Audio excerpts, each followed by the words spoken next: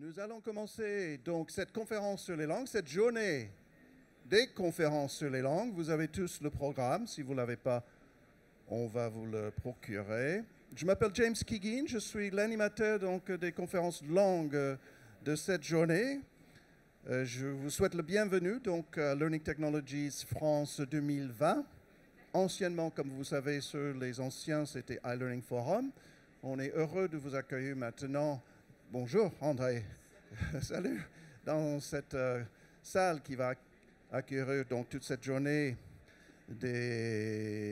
d'abord donc les conférenciers spécialisés dans la formation linguistique utilisant les nouvelles technologies.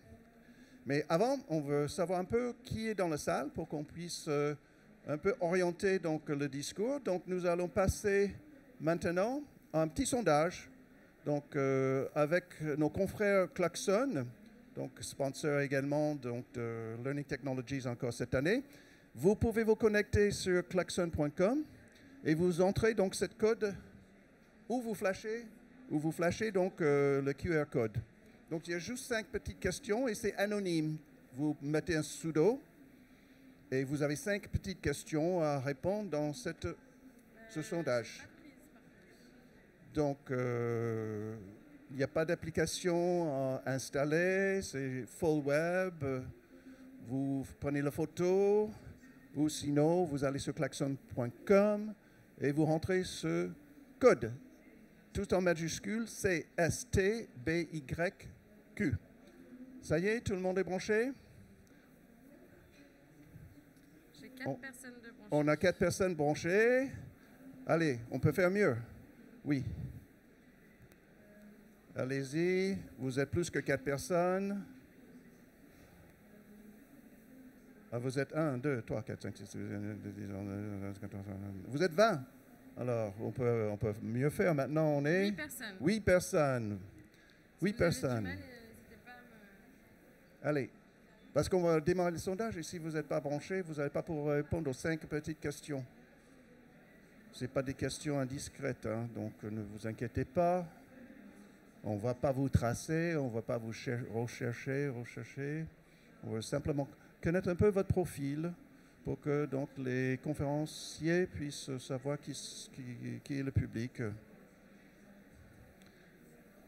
Allez, 30 secondes. Tout le monde est branché ou vous avez des problèmes? Si vous avez des problèmes, mademoiselle va vous aider. C'est bon? Bon, première question. Dans quel secteur êtes-vous?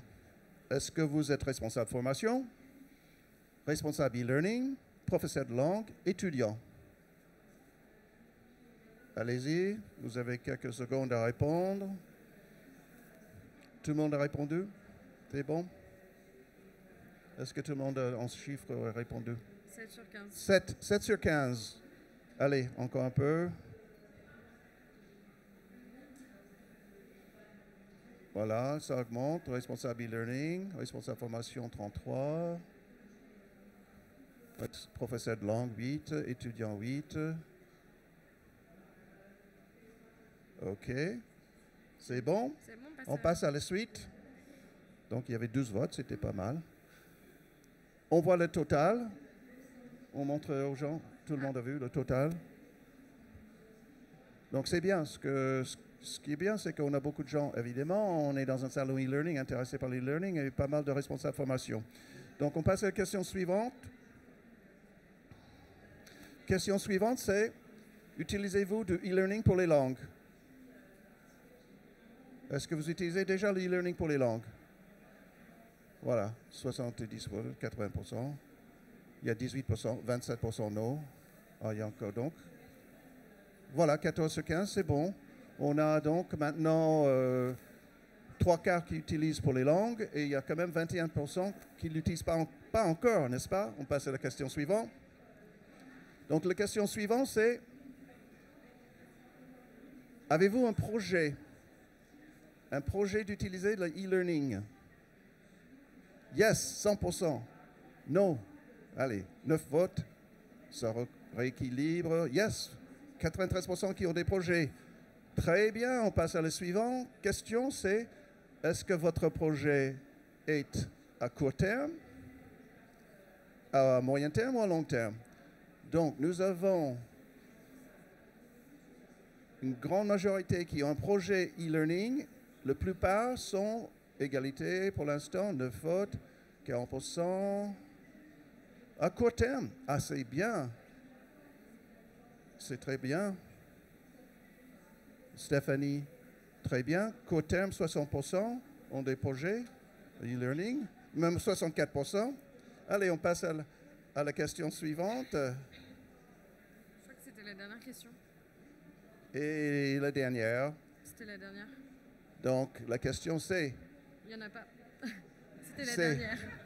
Non, j'avais enlevé parce que je voulais savoir quel était votre budget, mais bon, c'était un peu délicat. Ils vont croire que c'est bon, je vous remercie d'avoir participé à ce sondage Klaxon et nous allons passer tout de suite à notre première intervention, notre première conférence. Le titre, c'est « Comment l'Institut Mérieux a boosté sa formation digitale grâce à Speaks ». Donc, nous avons ici présent, pour vous présenter donc, ce matin cette étude de cas, c'est Johanna Henry, Digital Learning and Communication Manager de Mérieux Université. Voilà, qui est venue de Lyon, exprès, juste pour vous. Alors, après, nous avons Stéphanie Rousseau, directeur commercial France Speaks, qui est là. Et ensuite, Andrea Bouscaï Pichard, Head of Services Speaks France. Voilà, je vous donne la parole. Merci, James. Bonjour à tous. Merci beaucoup de nous rejoindre dans ce théâtre Londres. C'est pas évident de parler avec ça. Hein. James, je peux vous emprunter votre micro? Merci. Donc, aujourd'hui, nous avons invité Johanna Henry, ici, pour vous expliquer comment l'Institut Mérieux a opéré sa transformation digitale en notre compagnie. Donc pour vous faire un petit peu l'historique, avant de laisser Johanna vous expliquer tout ça, l'Institut Mérieux a lancé un appel d'offres en fin 2018, auquel nous avons participé. Et cet appel d'offres était orienté justement comment apporter une vraie valeur ajoutée à l'Institut Mérieux pour pouvoir digitaliser son offre de formation langue qui était en partie et même on va dire à 100% présentielle, grâce au digital sans pour autant perdre en pédagogie, en valeur de contenu et en ayant toujours cette motivation de pouvoir embarquer les employés de l'Institut Mérieux dans une solution de qualité, mais aussi avec une valeur ajoutée technologique, du ROI et un vrai pilotage de budget. On est bon ? Bonjour à tous, donc merci d'être venus dans cette salle qui n'a pas la musique, donc on va profiter de la musique d'à côté. Grosse ambiance. Donc je suis ravie d'être avec vous aujourd'hui pour vous faire part de l'expérience qu'on a pu avoir avec Speaks et puis fêter aussi bientôt la première bougie de notre partenariat puisqu'on a lancé Speaks en mars 2019, donc bientôt un an. Donc je me présente, je m'appelle Johanna Henry, je travaille au sein de Mérieux Université depuis maintenant 5 ans. Il y a 1 an et demi, on a créé un département dédié au digital learning, à l'innovation pédagogique et à la communication. Et c'est ce dont je m'occupe aujourd'hui. Donc je vais rapidement vous présenter Mérieux Université. Donc déjà, Mérieux Université, c'est avant tout une équipe. On est à peu près 20 personnes, 4 personnes aux États-Unis, en Caroline du Nord, et puis une quinzaine de personnes qui ont la chance de travailler dans cet endroit-là, à côté de Lyon, à Tassin-la-Demi-Lune. Donc quelles sont les activités de Mérieux Université? Donc évidemment de la formation pour les entités du groupe Institut Mérieux. L'Institut Mérieux, c'est un groupe dans le domaine de la santé. Ils ont fait beaucoup pour l'amélioration de la santé publique. Si vous ne connaissez pas, je vous invite à consulter Internet. Donc les activités, la formation interne pour les collaborateurs du groupe de l'Institut Mérieux. Donc là, c'est des formations métiers, vente, AIS, supply chain, et des formations aussi transverses, donc communication, management et autres. Nous avons aussi une partie externe, c'est-à-dire qu'on forme notamment à des sujets scientifiques les clients des entités du groupe. Une deuxième activité, c'est l'activité de coaching. On a la chance d'avoir des coachs certifiés au sein de l'université qui font donc du coaching individuel, mais aussi du coaching d'équipe pour améliorer l'efficacité des organisations.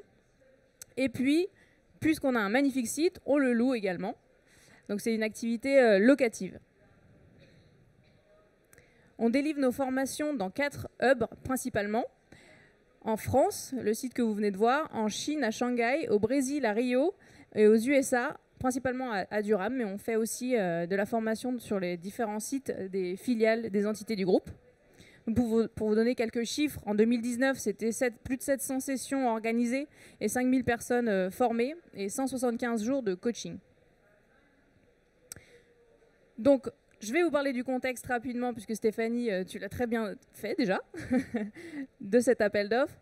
Donc effectivement, on a lancé fin 2018 un appel d'offres pour se doter d'une solution digitale pour les langues.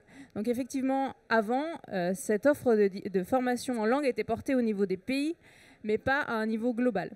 Donc on a lancé ce projet, qui était le premier projet 100% digital learning à l'échelle du groupe, de l'Institut Mérieux.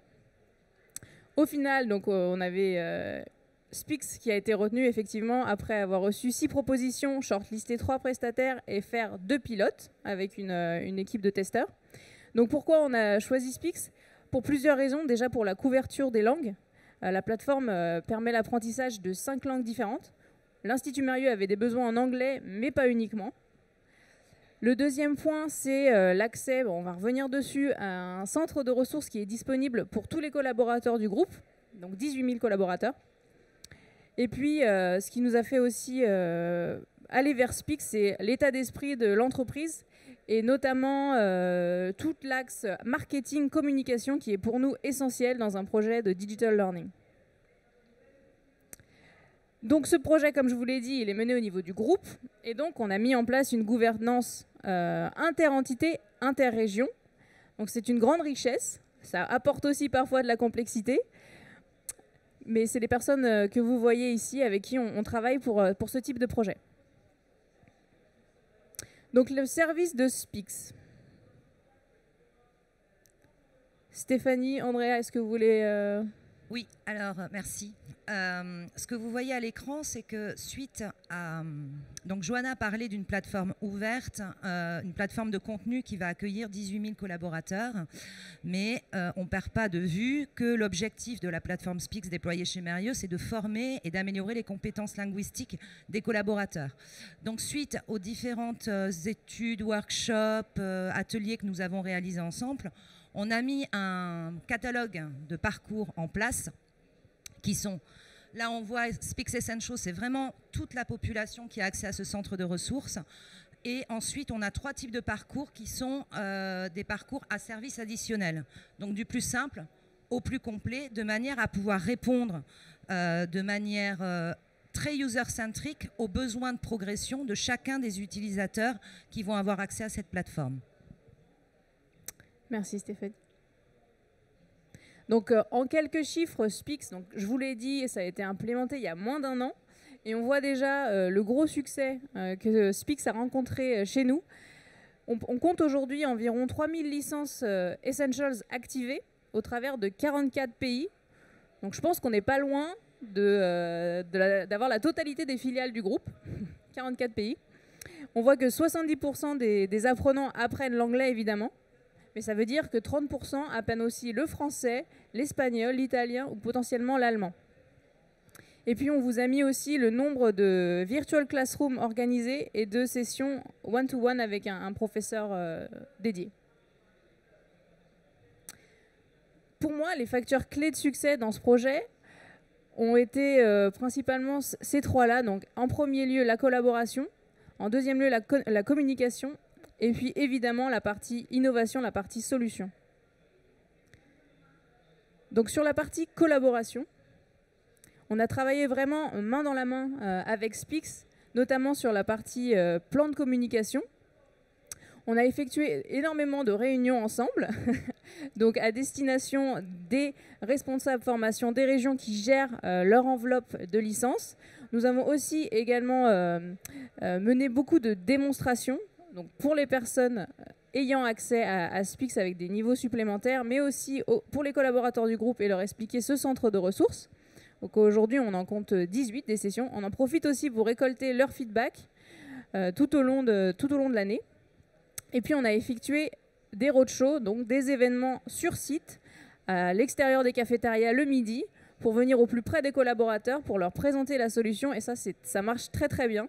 Parce qu'il n'y a pas plus efficace que d'être à côté de quelqu'un pour lui montrer comment on utilise l'appli mobile, par exemple, ou comment on se connecte simplement à la plateforme depuis notre LMS. Le deuxième point, c'est évidemment donc, la communication. Ce qui a été très appréciable aussi avec le partenariat de Spix, c'est qu'ils nous ont apporté beaucoup de matériel, beaucoup de documents déjà faits, qu'on a pu aussi adapter, et puis qu'on a pu implémenter dans un plan de communication ciblé. Donc là, c'est l'exemple de tous les éléments qu'on avait à notre disposition. Ensemble, on a créé un plan de communication ciblé, comme je vous le disais, donc, à destination de plusieurs audiences. En 1, c'est tout petit, mais en 1, c'est tous les employés du groupe Institut Mérieux, donc les personnes qui ont accès au centre de ressources. En 2, c'est le groupe d'apprenants qui ont accès à des licences supérieures. Et puis en 3, évidemment, la communauté L&D et RH des entités du groupe, qu'il fallait absolument embarquer avec nous dans cette nouvelle aventure pour qu'ils soient ambassadeurs de cette solution digitale. Donc, comme je vous le disais, on a effectué des roadshows, donc 4 en France et aujourd'hui, on en compte 2 en ASPACT, Tokyo et Shanghai. On en profite aussi pour embarquer la communauté RH à ce moment-là, parce que je ne parle pas chinois, je ne parle pas japonais, et que là-bas, ils parlent très peu anglais, en tout cas chez nous. Et donc, je formais les équipes RH qui, elles-mêmes, ensuite, diffusaient l'information pendant ces événements au cafétéria. On prévoit de le faire en 2020 aux États-Unis. Ici, donc, je voulais vous mettre quelques exemples de communication. Donc évidemment, c'est passé par des emails, c'est passé par des affichages dans les écrans, sur les écrans des sites, dans les cafétérias.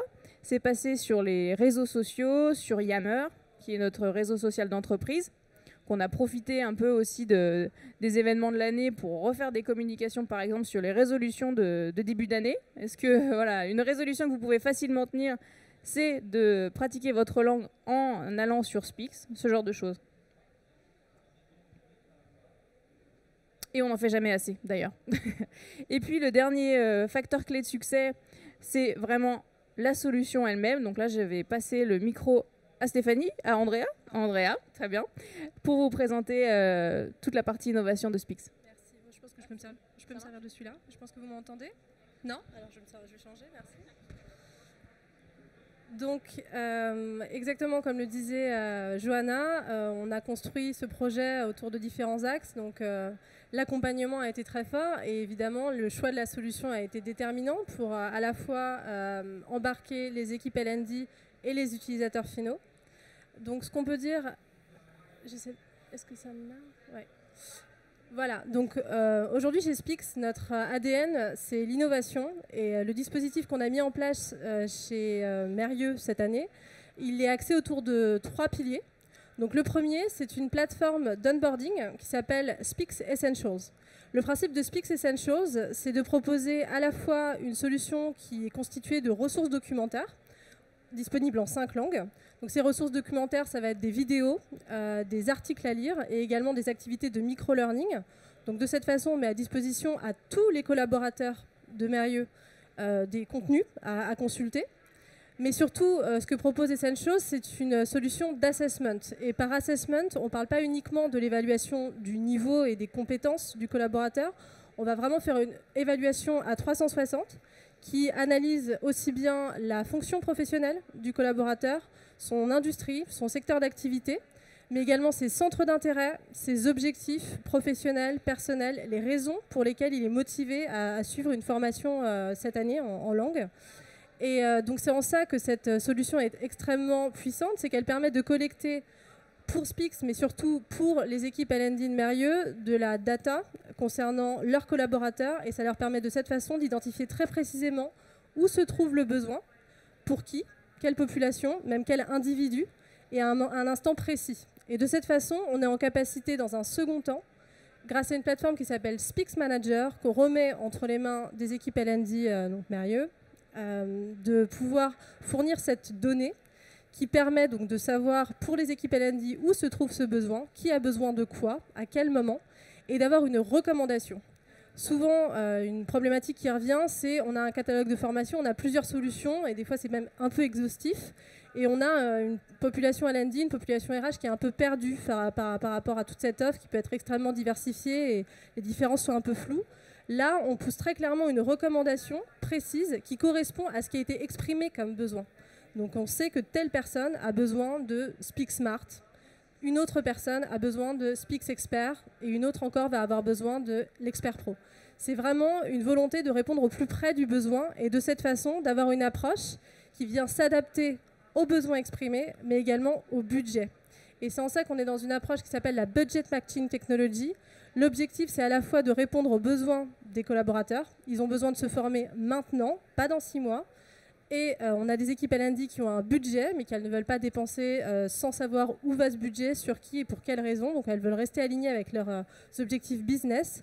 Et c'est en ça que cette solution, à la fois Essentials et Speaks Manager, permet d'avoir cette approche globale, à la fois user-centric et manager-centric. Donc pour vous présenter la plateforme Essentials, pour vous donner un petit aperçu, ça se présente de cette façon. Donc c'est vraiment ce qu'on appelle un feed qui vient se nourrir régulièrement plusieurs fois par semaine de nouveaux contenus, des articles, des vidéos qu'on a grâce à nos partenariats avec Harvard Business Review, New York Times. On a vraiment des références très qualitatives.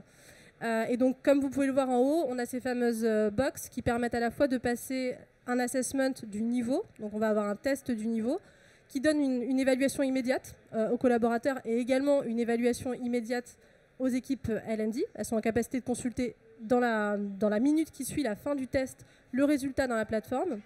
Et on va avoir l'assessment du besoin, donc avec un questionnaire qui est vraiment ciblé sur le besoin de l'utilisateur, d'où il vient, qu'est-ce qu'il recherche, quels sont ses besoins, quels sont ses gaps, qu'est-ce qu'il a besoin de franchir comme cap en termes d'objectifs professionnels. Voilà, donc pour vous donner également encore une fois un aperçu de ce qui se présente dans ce fameux Speaks Manager, on a de la data extrêmement précise, extrêmement qualitative sur ce qui a été complété par un collaborateur, avec évidemment des dashboards. La force des Essentials, c'est de pouvoir également faire de l'assessment sur des populations extrêmement larges. On va pouvoir évaluer peut-être 5000 personnes en l'espace d'une semaine, dès l'instant que le projet est bien conduit et qu'il est orchestré en interne par nos équipes L&D avec lesquelles on travaille main dans la main. On peut vraiment faire un assessment très rapide et avoir un feedback immédiat grâce à des dashboards qui sont user-friendly, qu'on rend le plus lisible possible et transparent pour les équipes L&D. Voilà, et donc ce que vous pouvez voir en dessous, c'est quand on a une vue détaillée, avec systématiquement un bouton en orange qui nous dit cette personne, elle a besoin, étant donné ses réponses, elle a besoin d'un expert, elle a besoin d'un expert pro, elle a besoin d'un smart. Différents niveaux de service, comme on vous le disait tout à l'heure, qui viennent répondre aux problématiques exprimées par le collaborateur. Voilà, donc on vous a donné vraiment un aperçu ici. On espère pouvoir avoir l'occasion de vous faire des démos en live sur ces plateformes, sur notre stand. Oui, merci beaucoup Andrea. Et donc, par rapport à l'introduction qu'on avait faite sur le contexte de l'Institut Mérieux qui passait d'un monde full présentiel à un monde full digital, ça peut paraître très technologique, on joue beaucoup avec la donnée, mais ça a apporté un vrai soutien dans cette transformation digitale parce que on a beaucoup travaillé avec les équipes. Il y a des équipes qui n'étaient pas prêtes du tout au niveau de l'état d'esprit de faire cette transition-là. Et ces données analysées en expliquant pourquoi, avec une vraie pédagogie, une vraie explication, a justement beaucoup aidé à attribuer le bon parcours et à être sécurisé sur son choix et à expliquer aux collaborateurs que finalement, oui, effectivement, on n'aura plus le cours en présentiel, mais c'est pour de bonnes raisons et qu'ils vont retrouver exactement les moyens d'atteindre leurs objectifs. Et je pense qu'on est contrat réussi aujourd'hui. Hein. Oui, tout à fait. Et puis c'est vrai que ça rassure la communauté de savoir que c'est pas une black box. Ils ont accès à la partie admin, à ces informations. Ils peuvent suivre leur population, suivre effectivement la pertinence de l'offre par rapport aux besoins, suivre l'utilisation de leur licence. Et un autre point, je ne sais plus si je l'ai mentionné, mais c'est la réassignation des licences qui a été clé aussi dans notre choix. Et donc, riche de cette expérience d'une petite année, on a travaillé sur un plan d'action interne que je vais vous partager aujourd'hui pour la suite, pour 2020, pour continuer ce partenariat. Donc, une première action qu'on a identifiée, c'est communiquer, encore une fois, à nouveau, sur l'offre Spix, ce qu'est l'offre Spix Essentials, ce que n'est pas l'offre Spix Essentials, parce que c'est vraiment un endroit de self-learning. Des gens attendent de Spix Essentials parfois d'être accompagnés par un professeur. Là, ce n'est pas le cas. Donc il faut vraiment qu'on précise le scope de Spix Essentials. C'est un super atout pour l'université, pour les collaborateurs du groupe, mais il faut être bien au clair sur ce que c'est. Ouais, il faut leur faire comprendre que c'est une zone de transit vers Exactement. quelque chose d'autre. Exactement. C'est une zone de pratique, pour la pratique. Oui, c'est ça, d'entraînement. Voilà. Le deuxième point, l'ajout d'une box upgrade sur la page d'accueil. Donc c'est pour les personnes qui utilisent Essentials mais qui n'ont pas aujourd'hui de licence supérieure, pour qu'ils puissent savoir que ces licences existent et quel est le process en interne pour les réclamer. Troisième point, c'est sur la partie budget. Donc l'année dernière, le budget était géré au niveau des régions. Demain, en 2020, enfin aujourd'hui, en 2020, il sera géré au niveau corporate. Donc, qu'est-ce que ça signifie? Ça signifie qu'on va avoir plus de flexibilité dans la réassignation des licences d'une région à une autre potentiellement. Donc, on est aussi très content de cet nouvel axe. Ensuite, point très important, la réassignation des licences qu'on a au final utilisé cette année, mais qu'on pourra utiliser beaucoup plus l'année prochaine. Donc on souhaite mettre en place des règles de réassignation des licences.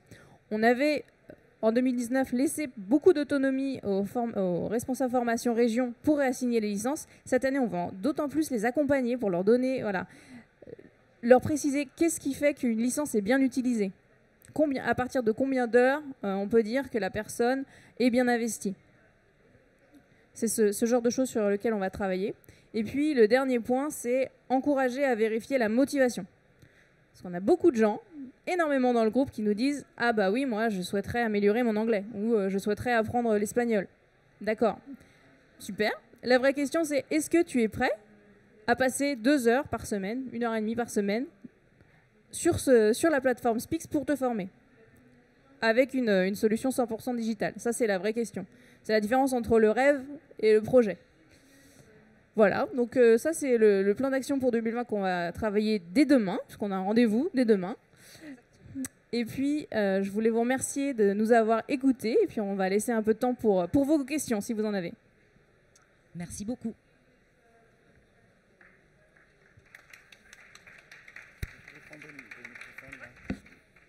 Alors, passons aux questions. Voilà, je vois une main levée. Je vous passe le micro. Merci pour la présentation. Je voulais revenir sur le tableau de bord. Et vous, en tant que client, je voulais savoir à quoi vous aviez, quelle était l'information que vous aviez. Est-ce que c'était mis à jour toutes les semaines, tous les mois? Comment ça se passe en fait? Vous avez une synthèse, vous avez quelque chose de déjà analysé ou vous avez des chiffres bruts? Alors, ce qui est super sur cette plateforme, c'est qu'il y a déjà les graphiques qui sont faits. Donc là, on gagne énormément de temps. Ensuite, si on veut aller dans le détail, on peut effectivement avoir toutes les données. Donc pour Jean-Pierre sur le site de Marcy, je sais combien de temps il a passé sur les exercices de grammaire, combien de classes virtuelles il a fait. Je peux aller vraiment dans le détail. Mais il y a les dashboards qui nous permettent déjà d'avoir une vue globale. Donc cet accès aux plateformes, à la plateforme, il est disponible pour moi au niveau corporate, mais aussi au niveau des régions. Donc chacun peut avoir ce même niveau d'information pour son scope.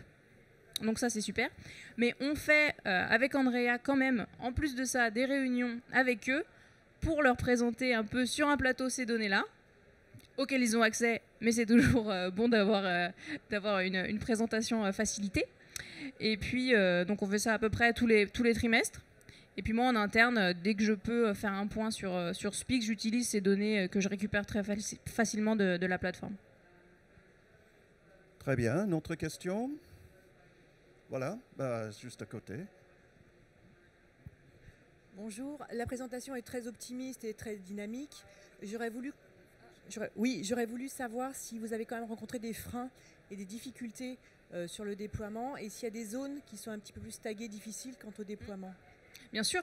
Alors évidemment, hein, ça n'a pas été tout rose. Hein. On a eu des retours de personnes qui nous disaient bon bah moi j'ai pas le temps, hein, j'ai pas le temps de faire ça. Mais ça revient à mon point au final sur la motivation. On a aussi eu quelques problématiques techniques internes de mon casque ne fonctionne pas. Donc il y a tout cet aspect aussi technique à prendre en compte, à être prêt pour mettre en place une solution digitale. Les casques, comment les personnes s'isolent aussi quand ils veulent travailler. Donc c'est toutes ces questions à se poser, mais effectivement, on a rencontré ces problèmes-là. Et puis, on va continuer à travailler en 2020 à récolter les feedbacks des utilisateurs pour constamment améliorer, faire des retours sur la solution et puis améliorer aussi cette partie technique et motivation. Ensuite, les personnes pour qui ça ne correspond pas, des personnes qui ne veulent pas se former au digital, dans ce cas-là, il y a des offres locales. Ils peuvent notamment en France utiliser leur CPF pour faire des formations présentielles. Donc aujourd'hui, c'est vraiment une proposition au niveau corporate. On souhaite fournir ceci aux collaborateurs du groupe. Après, on ne les oblige pas, bien sûr, mais c'est une vraie chance pour eux et je pense qu'ils perçoivent aussi de cette manière-là. Très bien. Une autre question? Oui, bonjour, merci de la présentation. Je pensais peut-être en relais de la précédente personne au problème d'intégration technique à votre propre plateforme. Est-ce que vous en avez rencontré? Alors, nous, on utilise Cornerstone comme LMS. Vous aussi, très bien. Au niveau de l'intégration, ça a été très, très simple. On a juste mis en fait un lien dans notre LMS qui redirige vers la plateforme Spix. Donc voilà, un lien SCORM exactement. Donc aujourd'hui, pour se connecter, les personnes se connectent à la plateforme puis sont rebasculées sur Spix. Ils ont aussi la possibilité de se connecter directement à l'application mobile de Spix. Gros atout aujourd'hui parce que nous ne sommes pas sur mobile au niveau de notre LMS. Projet en cours. Donc là, ils peuvent se connecter directement, ils récupèrent leur code d'accès, ils se connectent à l'appli mobile. Mais en tout cas, au niveau de l'intégration, ça a été très facile. Et on remonte en termes de données, très peu de données au final, juste le temps total. Mais toutes les informations sont disponibles sur la plateforme Spix et comme elle est très simple d'utilisation, on n'a pas de souci de ce côté-là. Oui, si je peux compléter par rapport à l'intégration, c'est aussi vraiment une de nos expertises, c'est de vous accompagner pour que ce soit le plus fluide et le plus simple possible, puisque bien souvent, des fois, l'intégration du SCORM revient à l'équipe L&D, qui n'a pas forcément cette partie très technique. Et aujourd'hui, ça fait partie de notre service vis-à-vis de vous, de vous accompagner toujours pour que ce soit le plus simple possible et le plus smooth pour vous et les équipes. Donc là-dessus... Autre question? Voilà, ok. En attendant, on va continuer les questions. Donc, le prochain intervenant, ils vont commencer à s'installer pour pouvoir démarrer dans 2 minutes parce qu'on va vous donner le temps. Donc, allez-y, mettez-vous là-bas. Bonjour, merci beaucoup pour la présentation. C'est très intéressant, compte tenu que nous aussi, c'était la première année d'utilisation de l'offre Spix. Une question pratique, combien de personnes sur 18 000 vous avez embarqué sur les parcours blended de Smart, Expert, Expert Pro? Alors aujourd'hui, le groupe, on a 500 personnes à peu près sur les licences Expert, Smart et Expert Pro. Et puis 3000 licences activées de Spix Essentials. Ça, j'ai compris. Ok, voilà. Merci beaucoup. Je vous en prie. Une autre question? Non, c'est bon? Merci à tous. Très bien, merci beaucoup. Merci beaucoup.